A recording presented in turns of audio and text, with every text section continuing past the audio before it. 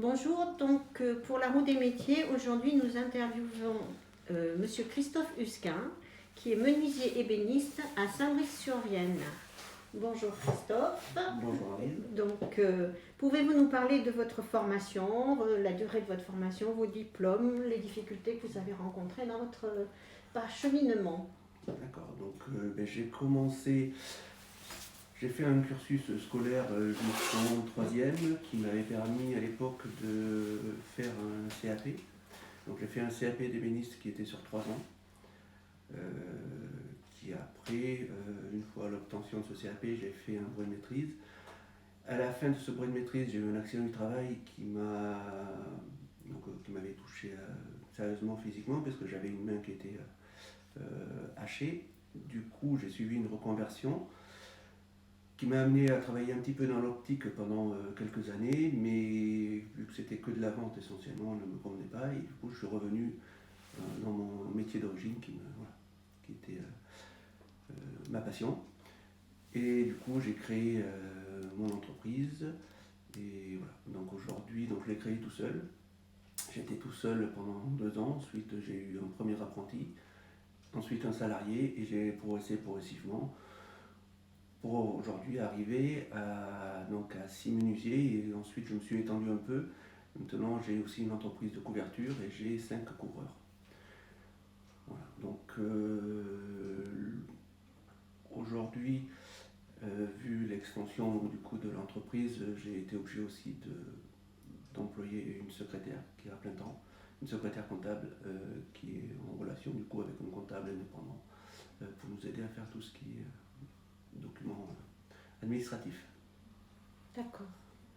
Mais vous continuez quand même à travailler sur le bois et à exercer le métier directement, vous n'êtes pas qu'un gestionnaire d'entreprise. Voilà, c'est ça. Donc je travaille aussi, j'essaie, malheureusement j'y suis de moins en moins, mais j'essaie quand même de rester en contact du bois. Alors savoir qu'ensuite on a quand même un atelier complet de machines à bois qui devient de plus en plus rare.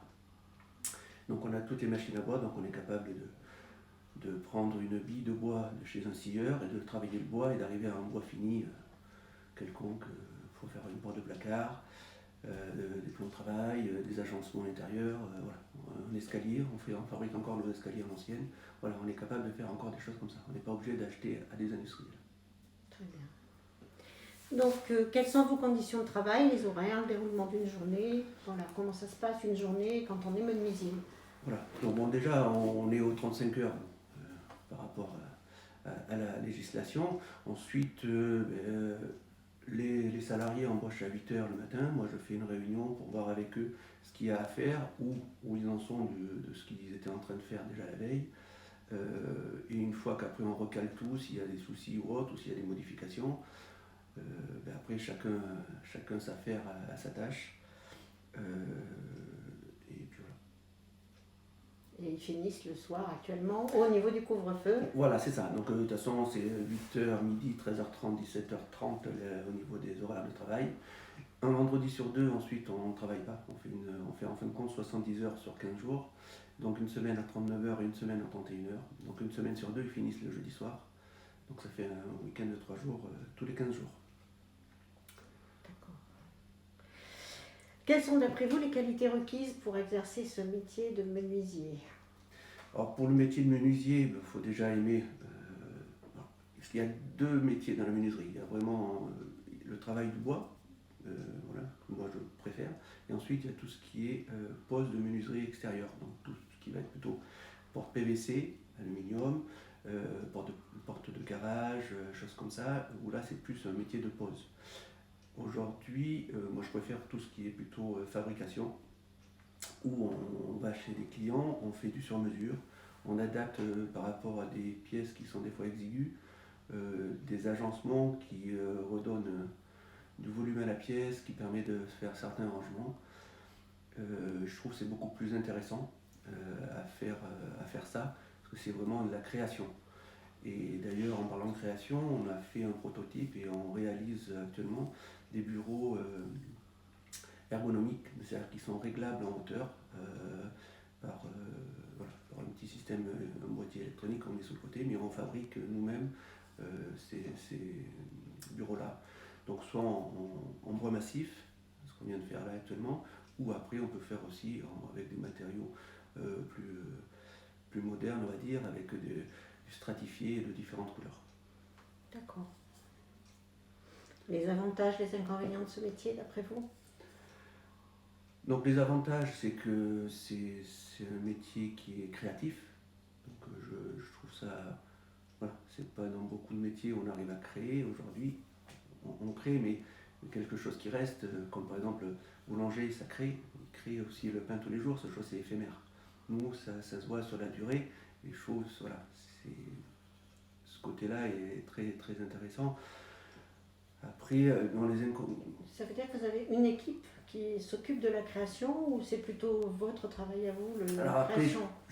moi j'essaie de concevoir, ensuite on fait des réunions avec les salariés, les équipes, et on essaie de voir comment on pourrait faire ça. Je les investis toujours de façon à ce qu'eux aussi trouvent un intérêt à fabriquer, à faire ce qu'ils font, et à fabriquer les meubles ou différentes choses. C'est, voilà, quand on a besoin d'aller prendre des codes par exemple sur des escaliers, pour la fabrication, moi je prends d'abord les codes pour faire le devis avec le client. Ensuite je reviens toujours avec un ou deux salariés, reprendre les codes, les niveaux, voir qu'ils s'imprègnent de l'ambiance de la maison, voir comment c'est fait, et pour le réaliser c'est beaucoup plus facile, on le visualise mieux. D'accord. Voilà. Après en inconvénient au niveau de ce métier-là, il y a toujours des choses, il y a toujours des inconvénients dans chaque métier. Par exemple, il y en a certains qui ne vont pas aimer tout ce qui va être finition, le ponçage et tout ça. Pour moi, ça fait partie du travail. Voilà. Après, un inconvénient réellement, en menuiserie, il y en a moins. Si on voulait parler par un inconvénient en couverture, oui, mais c'est qu'on travaille par tout le temps dehors, donc qu'il fasse chaud, qu'il vente, qu'il fasse froid ou autre. Oui, on est plus souvent dehors. Ça, je dirais, il y a vraiment des inconvénients par rapport à ce métier-là, mais qui est tout aussi intéressant, parce qu'une belle toiture rénovée, c'est tout aussi joli qu'un meuble bien fait. D'accord. Voilà.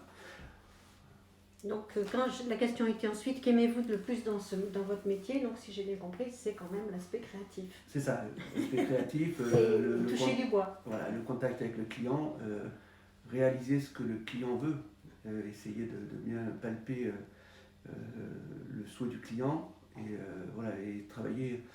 Un devis, pour moi, c'est comme un contrat, c'est-à-dire qu'on travaille en communion avec le client.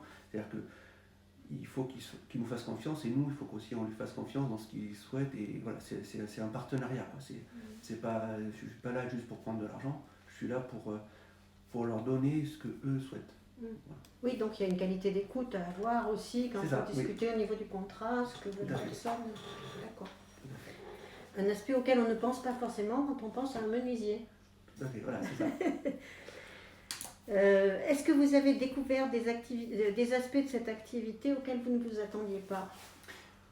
Alors oui, au départ, quand j'étais tout seul, ça allait bien, j'avais une petite comptabilité qui était simple. Voilà, je donnais toutes les factures au comptable qui après gérait toutes les déclarations. Et plus on augmente, plus c'est compliqué, plus il y a de documents à faire. Donc du coup, c'est pour ça que j'ai fini par embaucher une secrétaire. Après aussi, automatiquement, c'est tout ce qui est au niveau sécurité. Aujourd'hui, moi, toutes les machines sont aux normes et on les fait contrôler régulièrement, aussi bien le système électrique, pour les poussières ambiantes et tout ça. Ça, je sais que ça a un coût, et c'est que ça revient tellement souvent que ça nous prend du temps. Et c'est tout ce qui est sécurité, il en faut, mais on est noyé avec ça, et c'est vrai que c'est très, très dur à supporter, quoi. Voilà. D'accord. Et donc, pour conclure, qu'est-ce que vous diriez à un jeune qui se lancerait aujourd'hui, qui voudrait se lancer aujourd'hui dans la menuiserie et l'ébénisterie?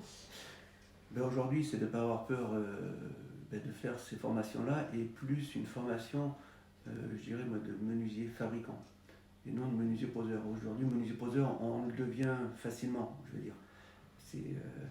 Menuisier fabricant, par contre, moi j'ai peur qu'il n'y en ait plus d'ici quelques années, parce que je prends beaucoup de stagiaires à l'année, et c'est que des menuisiers poseurs. Menuisiers fabricants, il n'y en a quasiment plus. J'avais été contacté par un professeur là, pour essayer de voir parce que dans leur lycée, ils avaient prévu, ils faisaient 30% de fabrication de bois, ils apprenaient 30% de fabrication de bois et 70% de pose de menuiserie. Et aujourd'hui, ils veulent passer à 100% pose de menuiserie. Donc ils veulent enlever tout le côté fabrication. Aujourd'hui, oui, aux alentours de Saint-Junien, je crois qu'on doit être à peine 3 ou 4 ateliers maximum avec des machines à bois. C'est-à-dire qu'il y en a déjà un de mes collègues qui va partir à la retraite d'ici 2 ans, donc il n'y en aura plus que 3, voire 2. Et ensuite, voilà, moi je suis à la retraite que d'ici une quinzaine, une vingtaine d'années, mais j'ai peur que derrière il n'y ait plus du tout d'ateliers comme de ce type-là, et de façon à pouvoir rendre beaucoup de services, parce que nous on a beaucoup de demandes là-dedans, et c'est un créneau à prendre, et il y a des choses à faire, et créatives. Voilà. Donc oui, si j'avais quelque chose à dire à tout le monde, c'est n'hésitez pas, venez voir, même venez demander à faire des stages, nous on vend régulièrement, pour découvrir exactement ce que c'est que le travail du bois, et de ne pas hésiter à y aller. Ça donne envie de le faire. C'est ça, et c'est vraiment un côté créatif. Voilà. Bien, je pense que nous avons fait le tour. On vous remercie beaucoup de votre disponibilité. Je vous en prie. Et puis on vous souhaite une bonne journée. Merci.